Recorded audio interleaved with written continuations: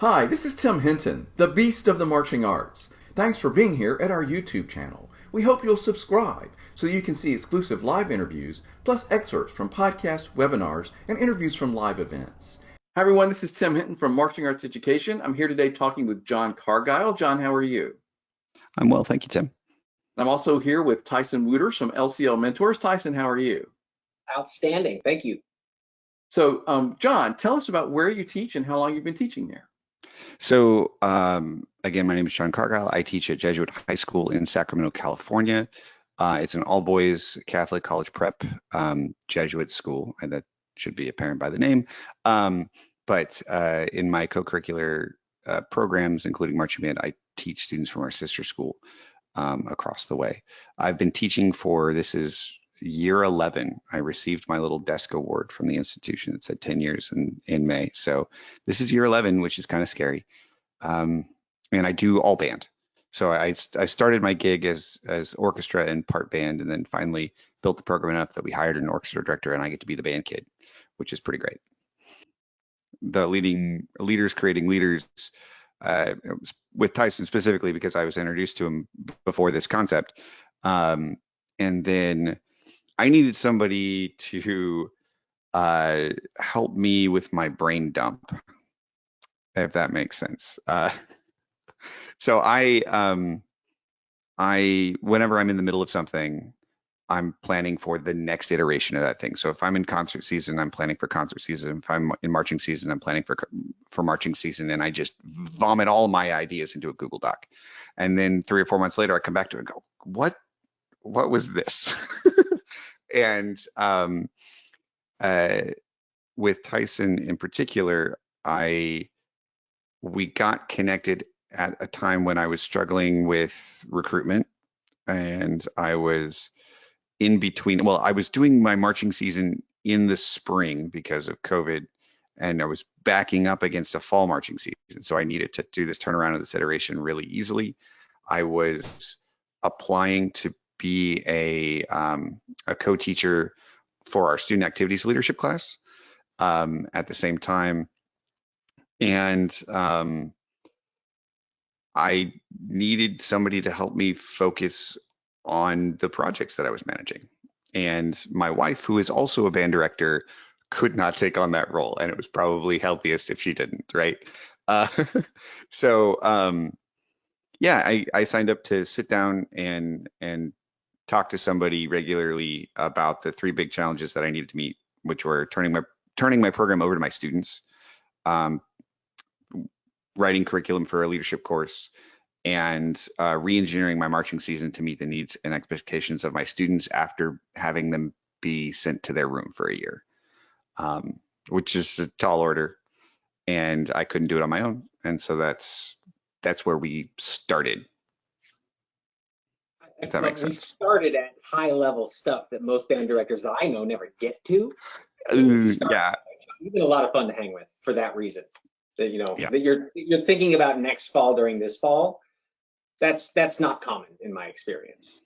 Well, it's the only way that I can keep myself grounded and moving along, because I have to take the idea and I have to throw it away so I can focus on what's going on right now. But at the same time, when this happens again, I need to do something about it. So let's talk about that process of unpacking that, because there was a lot. You had a lot of thoughts in several documents that you shared with me. How was it helpful to have me in the mix versus doing it on your own, or controlling your wife to part of her time? Or well, she was very thankful for your presence and over these last couple of months. But basically, Tyson's role when I put this together, basically, number one was you helped me clarify my values and with my program and my teaching, and clarify my goals. I would vomit all of my ideas into a document, and you would come back and you would ask a lot of questions. And so your role was really reflective and analytical rather than prescriptive, if that makes sense. I did not sign up for a culture coach to tell me what to do, although sometimes I really wished you would just to give me the answer. Let's move on. And I was provided with a lot of resources and ideas and all these other things, but it wasn't like, oh, this will solve your problem. You should do this thing now. So no silver bullets. A lot of it was accountability. We'd sit down every 2 weeks, and I'd had to have done something, because I don't know if any other band directors have encountered this, but like if you take private lessons as an adult and you're paying for your own private lessons and you don't practice, you're dumb, right? And you recognize that in yourself. You're like, well, when you're a high school student and you don't practice, or even when you're in college and you kind of duck your lessons professor, that's one thing. But as an adult, when you're trying to do this, so there's accountability there, and accountability for follow through beyond that, right? So I've projected my ideas and my program to somebody else, and then he can check in and be like, so how's that thing going? And remembering things that fall to the bottom of my list to bring them back up in priority, I think was also helpful. Another thing in the process was helping me to define when I'm my best as a leader, which kind of came out through that process. I am not a stand in front and take charge kind of person. I specifically don't have a performance degree because I don't like the spotlight, and solo performance is not where I wanted to be, which is why I'm in education, and I can turn my back to the crowd when I conduct the ensemble. But really, I shine as a leader when I'm facilitating, when I'm enabling other people to lead and to do other great things. And so a lot of this was transitioning my marching band, because I don't have staff. By the way, I teach at a private high school. I'm not allowed to fundraise, and I don't have staff. So my kids are my staff, and I have a leadership team of 12, 3 drum majors and 8 unity group leaders, and turning the band over to them and getting them to really receive that ownership of the band and take charge and go do something with it was one of the big goals. And it's working out pretty well. We're not going to be oh, go ahead. No, finish your thought. But go ahead. I was going to say we're not going to be a BOA championship band this season, but that's not the priority, right? The priority was to turn over ownership to my students and have them say, this is our band. In the classroom, when we're doing music, it's Mr. Cargile, but this is our band and this is our responsibility. Okay. And when you say turn over the band to the students, I want to make sure people are clear on what you mean by that, because you're not messing around. Can you give me a couple examples of how much giving away you've done with that? Okay. So this started on initiative of my leadership team. We're just going to start with the daily rehearsal lessons. So I have a long-term calendar that's backwards mapped of what we need to accomplish by when. I give that to my drum major, and she writes lesson plans based on what she sees and she wants to accomplish, and she gives them to me. And I say, okay, great. Why don't we include this too? Or, hey, we have a parade coming up. We should probably squeeze in the march a couple more times. The field show is important, but maybe we should do this. Maybe we should move these playing tests here, there. Okay. And anything that doesn't require a music education degree, I let them do. And I let them own it. And when they ask for help, I provide it, and I provide a backstop for health and safety, and I provide a backstop so that they can't crash and burn. But I'm not deciding what we do, when we do, and how we do it. They have caught a glimpse of what they want to do, and they ask, we want to go here. How do we do that? And I say, okay, let's try this. And so your hands maybe not on the wheel, but you can be in control of the situation when you need to be. But you let the advocate. There are some steps before the student driver and the driving instructor stomping on the brake. There are some intermediate steps there, but that's basically where I am. Yeah. I think that's important, because the daunting idea to most of the directors I know of giving up that much control, because they're expecting it to crash and burn at that point. So you didn't do it all at once. You built those things over time. It became a part of your culture, and it's been a joy to be a part of that conversation with you. Yeah, and a lot of it was pushed, like my biggest goal, and I think I have my culture coach document up here. That's another thing is you get a Google Doc that we've been working from, and he can assign things and it jumps in my email and we can work not face to face in the interim between our meetings. And my biggest thing was student initiative, to get the kids to decide to move faster and farther without me, in a good way, right? And so that, like, the big project over the summer was developing a rubric for student initiative and success. That was the final kind of core project that we were going on, and like how to assess whether or not I'm meeting my goal of increasing my leadership team's initiative. And that's kind of where we ended up before marching season kind of absorbed all of my free time and energy and effort. Yeah. What else? Oh, yeah. Part of this was out of necessity with the pandemic. Is my brain space was occupied mostly with health and safety, and I had to just kind of offload more and more to my kids, and they were capable and competent, and then asked for more, and here we are. So that's what's going on. That's awesome. Would you say that your job, that whatever the students take a lot of responsibility, how does that affect your day-to-day life? So I would break it down. If they take on the responsibility for our success, and I hold the accountability for our failings, right? That's the job of the leader, right? You give away that, but I also say, no, if you want to do this, you guys have to do this, and I keep the floor for them. Can you repeat your question? Because your day-to-day, when the students really started buying in and taking responsibility for the quality of the rehearsal and doing some of the things that take up a lot of your time as a director, what does that do for your day-to-day life? Before and after kind of picture. How did you compare? So it was prior to this, I didn't have a culture coach telling me not to start a marching band back in 2015, that said, hey, maybe you want to focus your ideas and efforts somewhere else, away from a giant money pit that will soak up all your time. But we just started a marching band at my school 6 years ago.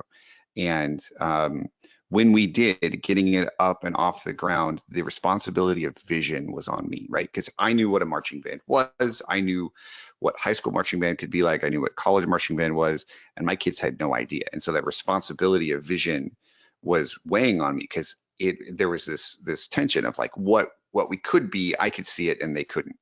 And now with the leadership team, slowly onboarding them, taking them to marching competitions, taking them to other schools so they can see how game day goes. Not my whole band, just my leadership team. They bear the responsibility for vision and execution. And I'm just there to facilitate and support. So that's number one. The push and pull with my students is no longer felt by me. The frustration has been passed on to my leadership team when my kids aren't measuring up or don't get it, which is nice. And then I empathize with them and I say, okay. It's a win-win, right? And they're learning life skills too. Yeah. And so that was a big part of it. And then during marching rehearsal, I stand up on the top of the press box, and my drum major has a radio, and I feed her comments and ideas, and she's teaching. And I have the lesson plan, and I rarely intervene. Then I come down. Sometimes I play rodeo clown. When things are going awry, I pump up the band, I get them focused, or I get them unfocused on the problem that's at hand, run around the field, have a great time. And then after rehearsal, I'm kicking kids out of the band room, because you know how kids are. The band room is their home, their soul is stuck there, and when they're away from it, it causes pain. So I kick kids out of the band room while my leadership team is debriefing. So my team is talking to my drum majors, saying, hey, this went well, this is what we need help with. Drum major is taking notes on her lesson plan. She's got my notes from the rehearsal, and she goes home and puts it all together for the next one. And then by the time I kick everybody out of the band room, leadership team's ready to go home. I say, do you have any questions? They say no, and then I leave on time. So that's number one. Is I have a 1-year-old son now. And so leaving on time is my favorite thing. Great way to not die at your desk. Right. Or when I get home from laser eyes from my wife. There you go. Yeah. And so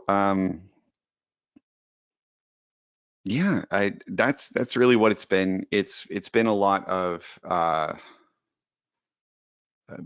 analysis. It's your own personal professional learning community where you can kind of choose the focus of what you want to do, right? Instead of somebody prescribing, here, read these books, we're going to come back and have a book club, or you're going to have your mentor teacher, or your in California, it's called beginning teacher support and assessment. But it's like where it's prescriptive. This is what you need to do to develop as a teacher. This is what we're going to work on. You set the pace. So for me, it's a little bit of that taste and that rush of grad school where you're suddenly free to pursue what you want to do. Right. And given the tools to do it, it's just a venue to do more of the same. And so I've really had a great time. He's even worked with my kids once or twice, doing the same sort of leadership consultant stuff. But what's different is that he has all the background of working with me that I found pretty valuable. It's been fun. It's been really fun working on the high level stuff, man. I don't often get into this many things. Like even we haven't talked about this, but your strategy with the student leadership of the school and getting involved in that. I mean, you're really doing some high level stuff, which I've been enjoying a lot. Yeah, I guess I didn't really talk about that. We had our activities director step down because that's a job that'll burn you out, man. Coming from a band director, right? And I posited that they split it up. It was 3/5, and I said give 3 teaching teachers one of those fifths, and you can split the co-curricular load. They said, yeah, that's a great idea. We're not ready for it. And so they hired an activities director, which I couldn't do because I have a full band program. And then they said, we like your idea. Do you want to help come teach leadership skills? Because I demonstrated my ability to do leadership and allow my kids to fail forward in low stakes environments and really provide growth. The administration saw that and they said, why don't you come do that with us? And so I'm working with student council and it's super great. And we've been really busy doing project management because it's the beginning of the school year and there's homecoming and there's football and Spirit Week and all this other stuff. And we're finally kind of getting down to where we can actually focus on leadership development. And that's where I kind of get into it. I was really focused on trying to write a whole new curriculum and build a class, and that didn't happen this year.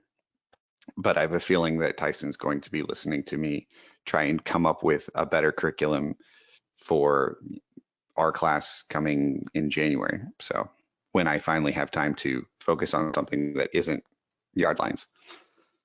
Yeah, fair enough. I mean, if you take the band out of band camp, that's going to be a pretty good curriculum for those kids. Yeah. And school culture too.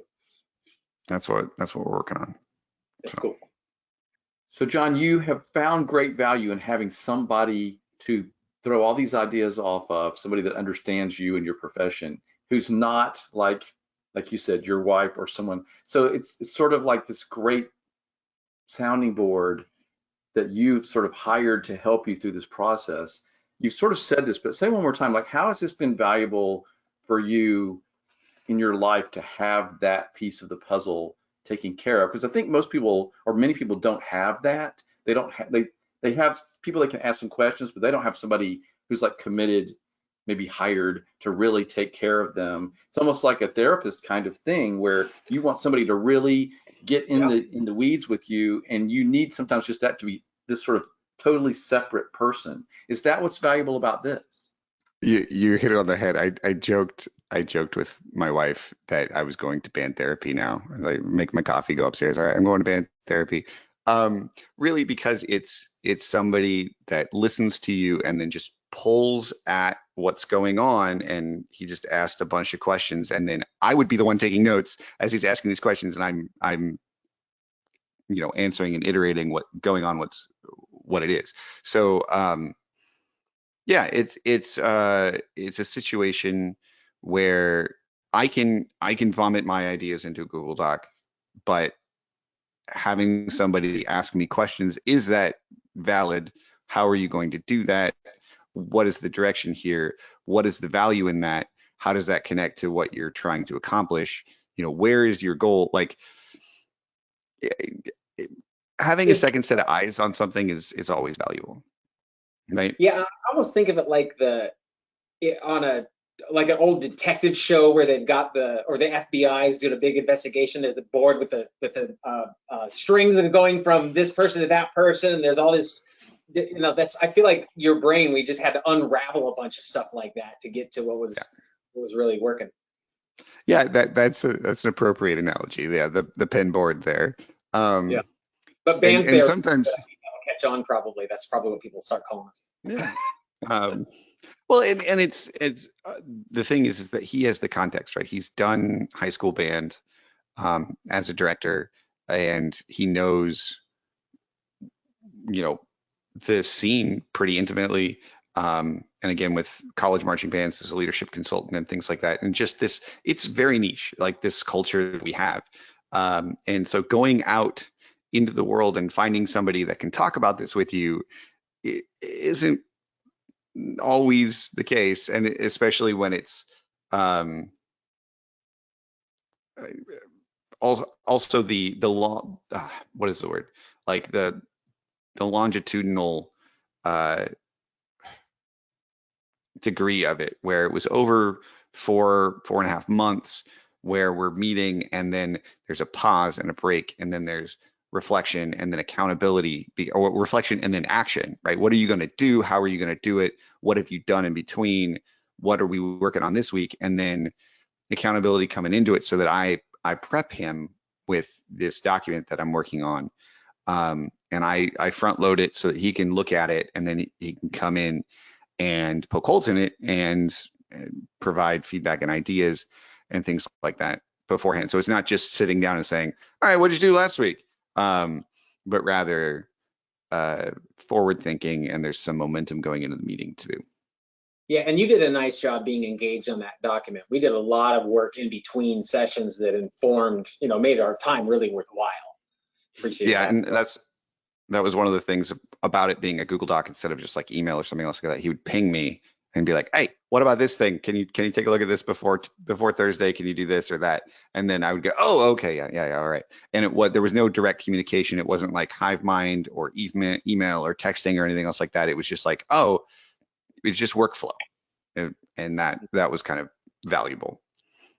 I was also on paternity leave and kind of addicted to work. And so this was my way to sneak in, really engaging my brain and being able to get it out so that I can go be a dad, and not be sitting in the rocking chair at 3 a.m. with my brain just spinning. Yeah. The work-life balance piece of this, just the internal well-being is, I think, a big part of it. I think that's what the reason a lot of people do this. If Veronica was here, she would probably be screaming from the other room, just like how much she appreciated you. So okay, that's nice to hear. Yeah. What else do you got for us, Tim? No, I mean, this has been really, really interesting, and I just find it really interesting that you're describing something that I think so many people need. Like somebody outside of their local community, outside of their family, that they can really sort of offload things, talk things through with, and like you said, sort of put it away so that you're not sitting there ruminating about it all the time. This process that you're describing that you've been going through with Tyson strikes me as being really healthy as far as putting it out there and then not thinking about it all the time. Yeah, I mean, certainly cheaper than natural therapy. But that's true. We don't take insurance though. Yeah. Really, like the tagline on this has been, a pretty significant. It's been a 6-year journey for me with this marching band thing, and this last 6 months, really, it's like, why do I need a coach? Well, I'm trying to find my program's place in the world and our purpose. And my marching program is a little tiny. We have a school of 1,100, a band of, this year in the middle of COVID, it's 42 for a marching band, which is still pretty okay. And our purpose isn't going to be a championship band. We're not going to go bathe in prestige and confetti and plastic. But the this leadership component that I've kind of dreamed up for my program, and the student ownership of it, is the purpose of my program, regardless of how many field shows we do and how many trophies or whatever come out of it. The leadership and the ownership, and it's not restricted to specific students that have been awarded a role. So to take it back to Tyson, this is context for you. That gold team that I had, so my school colors are scarlet and gold, and I have a red team and a gold team. And the red team was the leadership team, and the gold team was the goals, operations, and logistics division. Thank you, Marvel. And it was a support team. The red team was instructional, the gold team was a support team, and that kind of fizzled.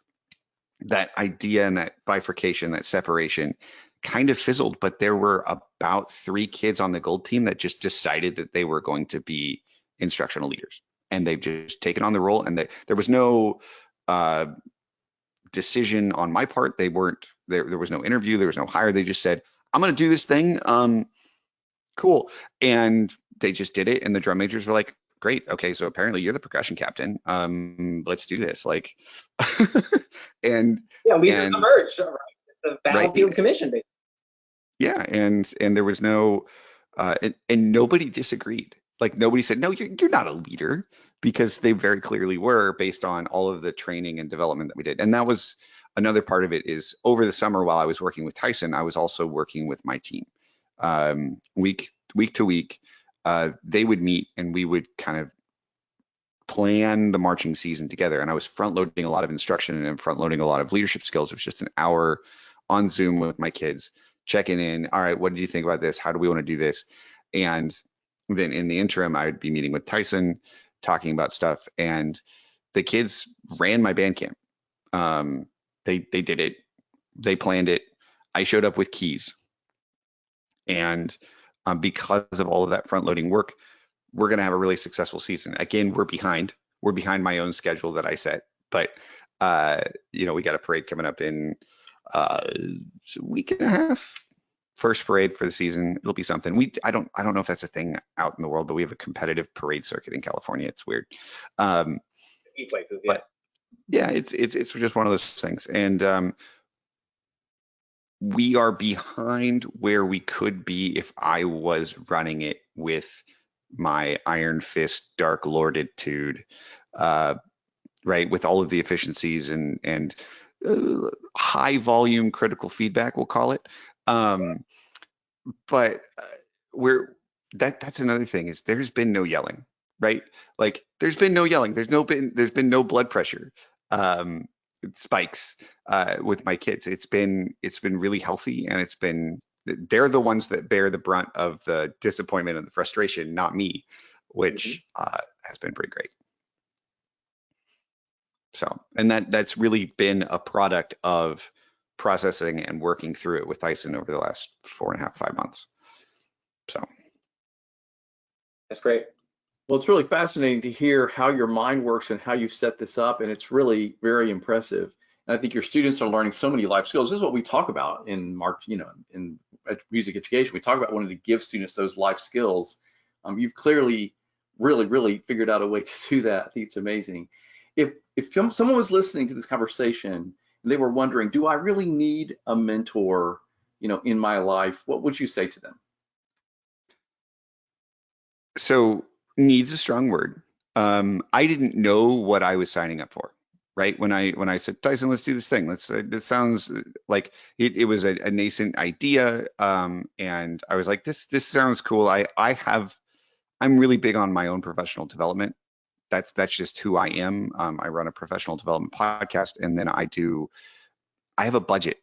I have a budget of my personal income for this sort of thing, for books and for ideas or for workshops or for this. And so I got approval from the boss to do this, and it worked out great. Need strong word, but definitely the value was apparent immediately to me. And again, I was doing it not during marching season. That's the number one thing is I was doing it in my off season, right? Basketball was done, and my athletic band part of my contract was over, and so I had the time and space to work on it and process it, and it wasn't another thing on top of a very full plate. But it was very valuable, and I think it was most valuable because it was in that space for me, where I was hungry to talk about it, and I was interested, and I was focused, and I was interested in planning there, as opposed to showing up to a meeting going, "Oh, man, I don't know. I don't even remember what I had for breakfast, let alone what we talked about last week," you know? And so that, I think that's important.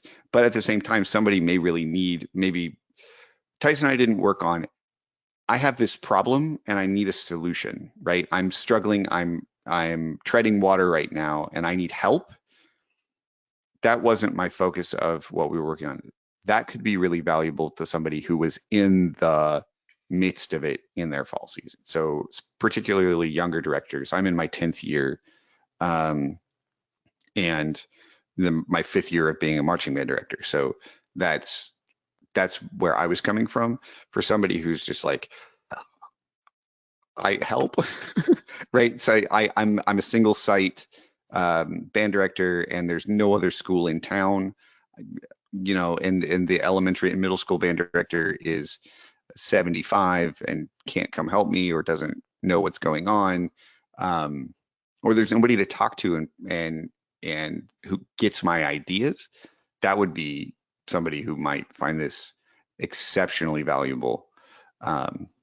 You actually just described the person we think of, like who are we for? It's the person by themselves in a small town at a small school with no real help, only music teacher in town. Yeah. And I know folks like that, and my wife was somebody like that, and it's debilitating. You know, when you're the only one that you can count on to do what's going on, you might need somebody to chime in and tell you to go home. It's 8:30 at night. Go home. You should go home, because you know, lesson planning right now is not going to be valuable for you or anybody else. And so, yeah, directors in their first 5 years, I think, would find this sort of coaching, no matter where they lie, as long as they know what they're trying to get out of it, exceptionally valuable.